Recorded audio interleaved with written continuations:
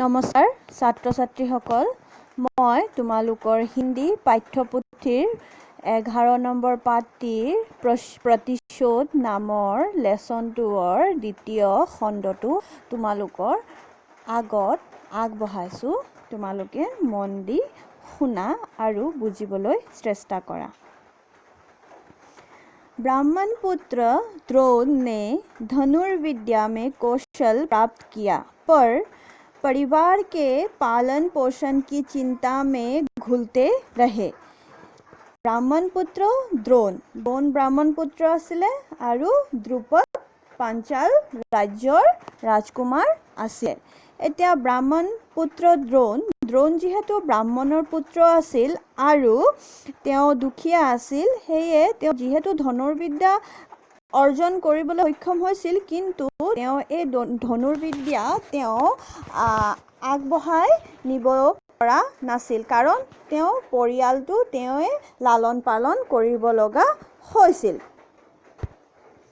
विप्र परिवार में नन्हे अश्वत्थामा की किलकारियाँ गूंजी, पर घर आंगन में पुलकित ना भर सकी। नन्हे शिशु के लिए पीने योग्य दूध भी जुटा सकने में स्वयं को असमर्थ पाकर द्रोण अपने आप पर खींच उठते। কি কৈছে যে তেওঁলোক ইমানেই দুখীয়া আছিল যে তেওঁৰ পুত্ৰ অশ্বত্থামাৰ কাৰণে গাখীৰো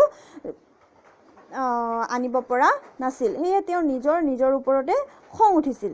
एक दिन दूध के नाम पर चावल का घोल बनाकर माँ रोते हुए नन्हे अश्वत्थामा को बहला रही थी। उस दिन द्रोण के धैर्य का बांध टूट गया। उनके कानों में मित्र द्रुपद के वे शब्द गूंजने लगे जो उसने आश्रम से विदा होते समय कहे थे।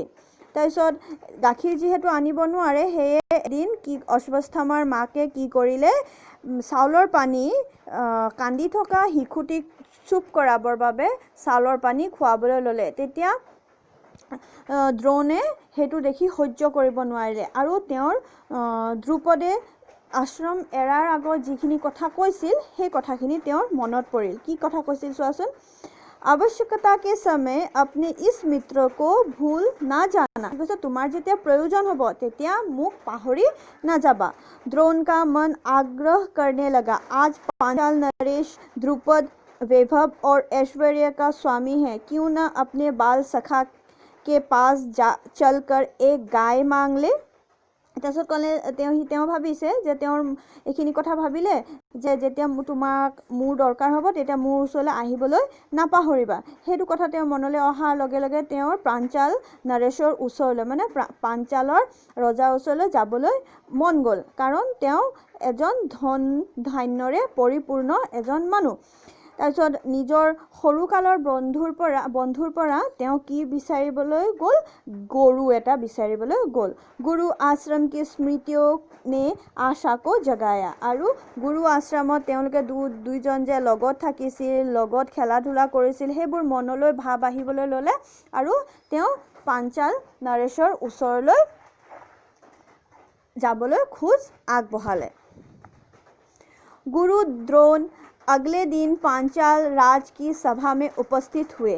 सिंहासन पर विराजमान महाराज द्रुपद के नेत्र आश्चर्यान्वित हो दिन दुर्बल द्रोण को टकटकी लगाकर देखते रह गए। তাৰপিছত পাঁচদিনাখন দ্ৰোণ পাঞ্চাল ৰাজ্য পালে গ'ল। তাৰপিছত দ্ৰোণক দেখি দ্ৰুপদে আচৰিত হৈ চাবলৈ ল'লে। मित्र द्रुपद, याद है गुरु आश्रम में विदाई के समय क्या कहा था तुमने?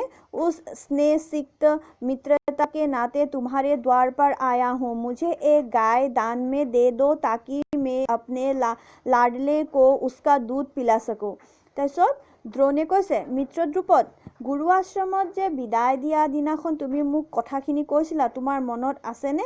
আৰু সেয়ে মৰম চেনেহৰ ভাৱ মই মনত লৈ তোমাৰ ওচৰলৈ গৰু এটা বিচাৰি আহিছোঁ। মোক গৰু এটা দান দিয়া। সেই গৰুৰ গাখীৰ খীৰাই মই মোৰ কেঁচুৱাটিক খুৱাম। द्रुपद की भौएं तन गई। सावधान द्रोण, क्या तुम्हें इतना भी ज्ञान नहीं है कि मित्रता का समान स्तर के व्यक्ति में ही होता है। एक राजा की रंग के साथ कैसी मैत्री। महाराज द्रुपद के शब्दों में गर्व की गूंज थी। তাৰপিছত দ্ৰোণে কি কথা ক'লে যে তেতিয়া দ্ৰুপদে কৈছে, সাৱধান দ্ৰোণ, তুমি ইমানো নাজানা নেকি যে বন্ধুত্ব সদায় সমান মানুহৰ লগতে হয়। মই এজন ৰজা আৰু তুমি এজন ৰংক মানে ভিকাৰীৰ লগত ৰজাৰ কি বন্ধুত্ব। মহাৰাজ দ্ৰুপদৰ সেই কথাখিনিত অহংকাৰৰ ভাৱ আছিল। दौटुक उत्तर पाकर द्रोण का आहत स्वाभिमान जग उठा। वे तत्काल पांचाल से लौट पड़े। अपनी बहन कृपि से मिलने के लिए द्रोण के पैर हस्तिनापुर की ओर मुड़ गए। তাৰপিছত দ্ৰুপদৰ সেইটো কথা শুনি দ্ৰোণ তাত আৰু 1 মিনিটো ৰৈ নাথাকিলে। তেওঁ লগে লগে সেই পাঞ্চাল ৰাজ্যৰ পৰা গুচি আহিলে। গুচি তেওঁ নিজৰ ভনীয়েকৰ ওচৰলৈ যাবলৈ আগবাঢ়িলে। তেওঁ ভনীয়েক ক'ত আছিল? हस्तिनापुरत। नगर के बाएं क्षेत्र में कुछ बालक एक कुएं में बार बार झांक रहे थे। पिपासाकुल द्रोण जब कुएं के निकट पहुंचे तो उन्होंने बालकों की उत्सुकता का कारण पूछा। देव, हमारी गेंद उस कुएं में गिर गई, अब हम क्या करें। তাৰপিছত তেওঁ যেতিয়া পাঞ্চাল ৰাজ্যৰ পৰা ওলাই আহিছে, ওলাই আহোঁতে ৰাস্তাত কি পালে? এটা কুঁৱা পালে। আৰু সেই কুঁৱাৰ ওচৰতে কেইটামান ল'ৰা ছোৱালীয়ে সেই কুঁৱাটোৰ ফালে জুমি জুমি চাই আছে। তাৰপিছত তেওঁ সুধিলে যে কি হ'ল, তোমালোকে এই কুঁৱাটোৰ ফালে কিয় জুমি জুমি চাই আছা? তেতিয়া ল'ৰা ছোৱালীকেইটা কৈছে যে আমাৰ গেন্দ মানে বলটো এই কুঁৱাত পৰি গ'ল, এতিয়া আমি কি কৰিম। बालकों का सीधा सा प्रश्न सुनकर द्रोणाचार्य को अश्वत्थामा का भोला मुखड़ा याद आ गया। वात्सल्य का एक ज्वर हृदय में उमड़ उठा। धनुर्विद्या के कौशल से बालकों की गेंद कुएं से बाहर निकालकर द्रोण पुलक उठे। তাৰপিছত কি কৈছে, তেওঁলোকে তাহাঁতি যেতিয়া ক'লে আমি এতিয়া কি কৰিম, তেওঁৰ মনলৈ তেওঁৰ নিজৰ পুত্ৰ অশ্বত্থামাৰ চেহেৰাটো মনলৈ আহি গ'ল। আৰু তেওঁ যিহেতু ধনুৰ্বিদ্যাত পাকৈত আছিল, সেই ধনুৰ্বিদ্যাৰ সহায় মানে ধনুৰ সহায়েৰে বলটো কুঁৱাৰ পৰা তুলি আনিলে। गेंद पाकर उल्लास में भरे कुमार विस्मय से भरा ये अनुभव बांटने उछलते हुए राजभवन में जा पहुँचे। তাৰপিছত ল'ৰা ছোৱালীখিনিয়ে গেমটো পালে, পাই লৈ পিনে কুমাৰ মানে সেই ৰাজ্যৰ ৰাজকুমাৰ ৰাজ্যলৈ মানে ঘৰলৈ ৰাজমহললৈ উভতি গ'ল আৰু বহুত সুখী মনেৰে তেওঁ উভতি গৈছে। सामने से पितामह चल आ रहे थे। बालक अपने विस्मय पर नियंत्रण ना रख सके, सारी घटना पितामह को कह सुनाई।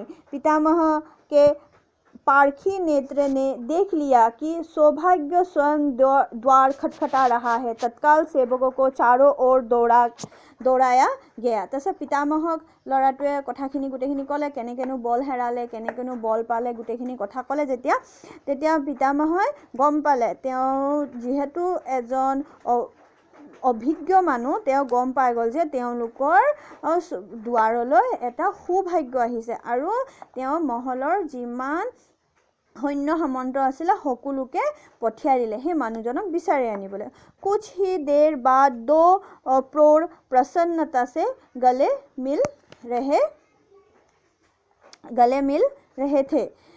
पितामह भीष्म धनुर्विद्या विशारद द्रोणाचार्य को राजकुमारों की अस्त्र शस्त्र संचालन की शिक्षा का भार सौंपकर निश्चिंत हुए और गुरु द्रोण अपने परिवार की जीवन निर्वाह की ओर से आश्वस्त।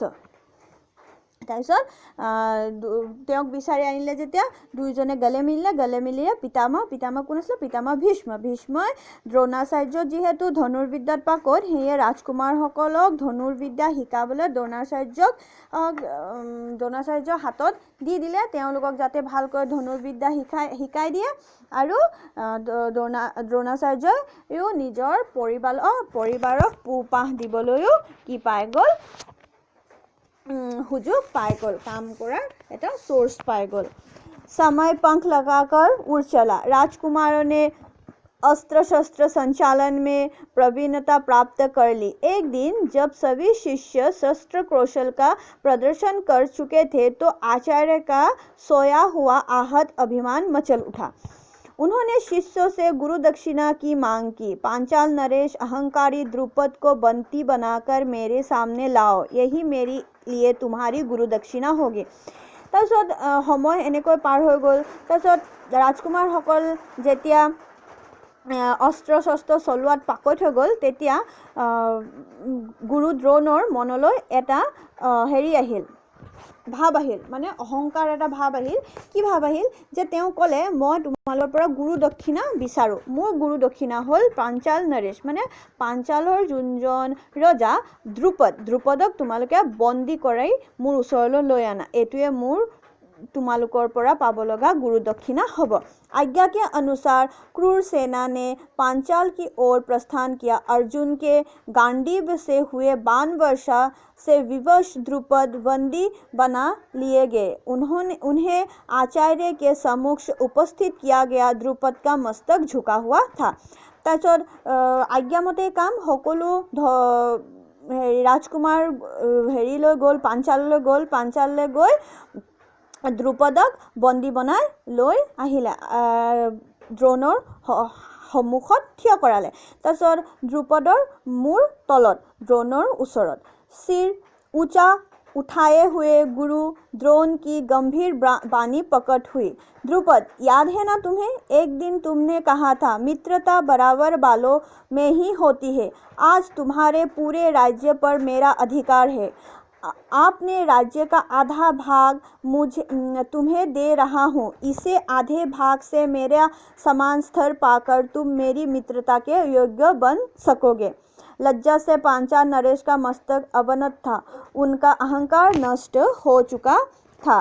तो सिर ऊंचा उठाकर गुरु द्रोण की गंभीर वाणी प्रकट हुई। থিয় হৈ ল'লে, থিয় হৈ কৈছে, দ্ৰুপদ, তোমাৰ মনত আছেনে এদিনাখন তুমিয়ে কৈছিলা যে মিত্ৰতা সদায় সমান মানুহৰ লগতে হয়। এতিয়া গোটেই পাঞ্চাল মোৰ অধিকাৰত আছে। পাঞ্চালৰ আধা ভাগ মই তোমাৰ নামত কৰি দিছোঁ। সেই আধা ভাগৰ অধিকাৰী হৈ তুমি মোৰ মিত্ৰতাৰ যোগ্য হ'বা। আৰু এইখিনি কথা শুনি পাঞ্চাল নৰেশ দ্ৰুপদ লজ্জাত মূৰ নত কৰিয়ে থাকিলে আৰু তেওঁৰ অহংকাৰো কি হৈ গ'ল, ছিন্ন বিচ্ছিন্ন হৈ গ'ল। ধন্যবাদ।